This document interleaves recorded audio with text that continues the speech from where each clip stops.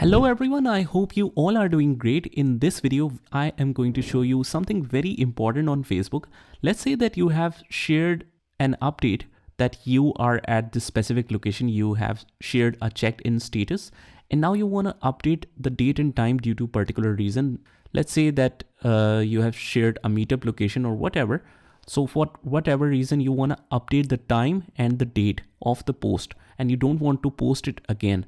So all you have to do is just click on this three dots right here and you can edit that date. So for example, it's showing just now, but let's say I want to show proper information and let's say I checked in 2 days back. So when I shared this post, it accidentally posted just now. So I can change that. I can click on this edit date. And let's say 2 days back. So I checked in on this date and on, let's say, this time. So let's click on done and let's see how it looks now. So now if we go to our profile, it will be shared that I was in that location on this date and this time.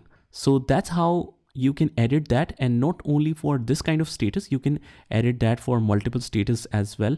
Now you can also change it for a status like traveling to and from status. You can just click on these three dots and you have this edit date option right here as well. So that's pretty much it, guys. This is how you can modify the Facebook posted date settings easily. So I hope it was helpful and I'll see you in the next one.